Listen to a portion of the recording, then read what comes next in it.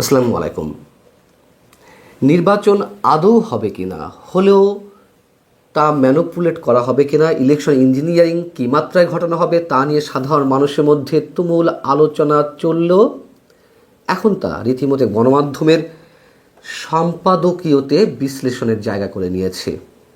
এবং দেশের প্রথম সারির গণমাধ্যমগুলোতে যখন এটি সম্পাদকীয় আকারে আসে তখন বুঝতে হবে এগুলো নিছক চায়ের টেবিলের কোনো আলোচনা নয়। মানবজমিন ঠিক তেমনই একটি সম্পাদকীয় প্রকাশ করেছে যেটি নিঃসন্দেহে অনেক গুরুত্ব বহন করে। এই সম্পাদকীয় থেকে এর নেতিবাচক ইতিবাচক নানান ধরনের প্রশ্নের সৃষ্টি হতে পারে। মানবজমিনের এই সম্পাদকীয় শিরোনাম হচ্ছে প্রশাসনিক কু এবং ফেব্রুয়ারির নির্বাচন। এবং এই সম্পাদকীয়তে বলা হচ্ছে যে আফ্রিকার একটি দেশের নির্বাচনের মডেলের একটি নমুনা বাংলাদেশের এই নির্বাচনী প্রক্রিয়ার সঙ্গে যারা জড়িত তাদের এক শীর্ষ কর্তা ব্যক্তির হাতে প্রস্তুত রয়েছে এবং সেইভাবেই নির্বাচনটি অনুষ্ঠিত হওয়ার সম্ভাবনা রয়েছে।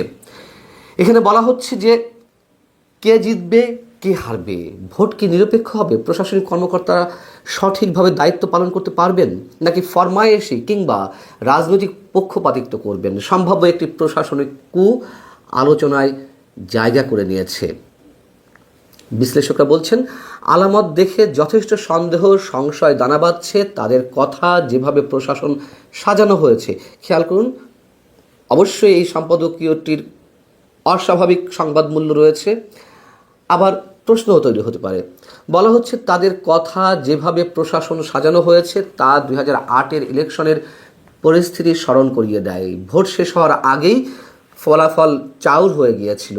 এবার কি সেরকমই হচ্ছে? যদিও কেউ কেউ বলছেন সেই আলোচিত নির্বাচনের কারিগরদের অনেকেই এখন নির্বাচনী প্রক্রিয়ায় সক্রিয়, সরকারের গুরুত্বপূর্ণ পদেও তারা রয়েছেন। প্রশ্ন হচ্ছে, আমরা জানি যে বিশেষ একটি শক্তি গত 18 মাস ধরে নিজেদের পক্ষে প্রশাসন সাজিয়ে নিয়েছে রদবদলের মাধ্যমে, নতুন নতুন নিয়োগের মাধ্যমে। কারা এই প্রশাসন সাজিয়েছে? জামাত নাকি বিএনপি?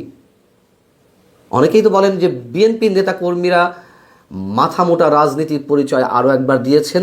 গত 18 মাস ধরে 2024-এ 5 আগস্টের পর থেকে তাদের অনেকেই চাঁদাবাজি দখলবাজিতে প্রতিযোগিতায় নেমেছিল, কিন্তু জামাত দখল করে নিয়েছে বা নেওয়ার চেষ্টা করেছে প্রশাসন, তাদের মতো করে রদবদল ঘটিয়েছে, নতুন নতুন নিয়োগ দেওয়া হয়েছে তাদের কথা অনুযায়ী, প্রেসক্রিপশন অনুযায়ী।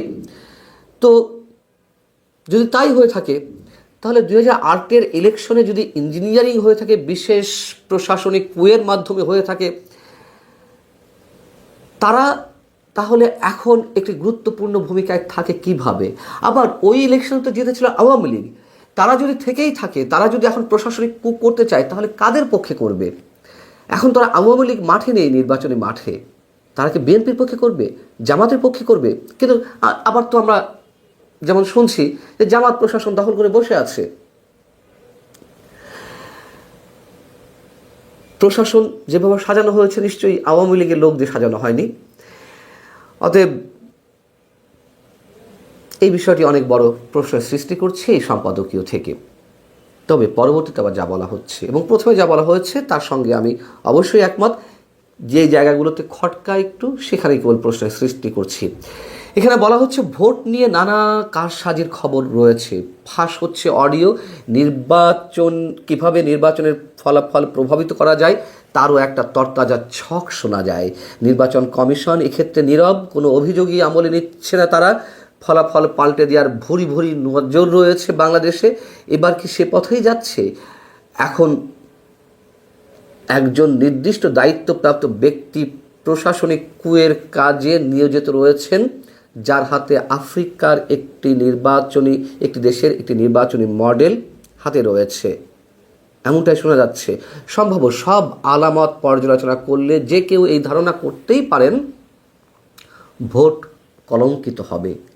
আগেভাগেই বলা হচ্ছে ভোট গণনায় 5 থেকে 7 দিন পর্যন্ত সময় লাগতে পারে। এটা কি ফলাফল পাল্টানোর কোনো কৌশল নাকি অদক্ষতা?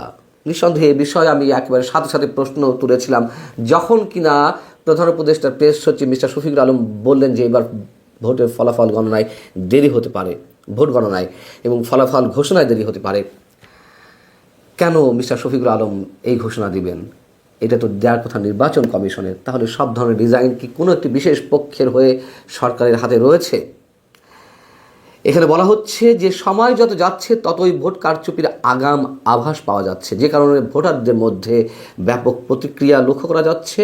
জনগণের রায় পাল্টে ক্ষমতা দখলের চেষ্টা এদেশে বহুবার হয়েছে, সত্য কথা। কোনো কোনো ক্ষেত্রে তারা সফলও হয়েছেন। গণ অভ্যুত্থান পরবর্তী নির্বাচন আয়োজনে নির্বাচন কমিশন কতটা দক্ষ তা নিয়ে এরই মধ্যে প্রশ্ন উঠেছে। খুবই সত্য কথা। প্রশ্নের মুখোমুখি হয়েছে তাদের আন্তরিকতাও। নির্বাচনে ইঞ্জিনিয়ারিং হবে এটা তো এখন ওপেন সিক্রেট। মানবজমিন বলছে এটা এখন ওপেন সিক্রেট। তার মানে আমরা ধরে নিতে পারি মানবজমিনের মতন পত্রিকা যখন বলে, আমি বলছি না তারা যা বলবে সবই সত্য, তারা যা বলবে তাই হবে, কিন্তু আমি আগেও বলেছি এখনও বলছি, মানবজমিন যার নেতৃত্বে প্রকাশিত হয়, মতিউর রহমান চৌধুরী সিনিয়র সাংবাদিক, আমার কোনো কোনো ক্ষেত্রে তার উপরে আস্থা আছে। তিনি নিজেও একজন অনুসন্ধানী সাংবাদিক এবং তিনি ইতিহাসের অনেক কিছু সাক্ষী। বলা হচ্ছে নির্বাচন কমিশন ভোটারদের মনে আস্থা ফিরিয়ে আনতে পারেনি। ভোটের 5 দিন আগে, ওই যে বলছিলাম এখন 4 দিন আগে বলতে হবে, 100 ঘন্টার মতো বাকি আছে। 5 দিন আগে দেশ যে পরিস্থিতির সম্মুখীন হলো তা দেখে সন্দেহ আরও জোরালো হচ্ছে। অর্থাৎ ইনকিলাব মঞ্চের নেতাকর্মীরা যে যমুনা ঘেরাও করতে যাওয়ার যে বিষয়, তাকে কেন্দ্র করে সংঘর্ষ কিংবা সরকারের একটি অংশের যে দাবি পে স্কেল দেয়াকে কেন্দ্র করে, সেটি নিয়ে উত্তপ্ত পরিস্থিতি। অতএব সম্ভবত সামনে আরও এমন কিছু দেখা লাগতে পারে। নিশ্চয়ই এর পেছনে শক্তি রয়েছে, বিশেষ করে শক্তি প্রথম থেকে বলছিলাম যারা অন্তত নির্বাচন না করলে লাভবান হতে পারে। এবং কমিশন নিয়ে যে প্রশ্নগুলো তোলা হয়েছে খুবই যৌক্তিক। শুরু থেকেই বলে আসছি এই নির্বাচন ঐতিহাসিক নির্বাচন। আমি ডক্টর মোহাম্মদ ইউনূসের কোনো বক্তব্যের সঙ্গে এই 18 মাসে একমত না হতে পারলেও তার এই বক্তব্যের সঙ্গে আমি একমত।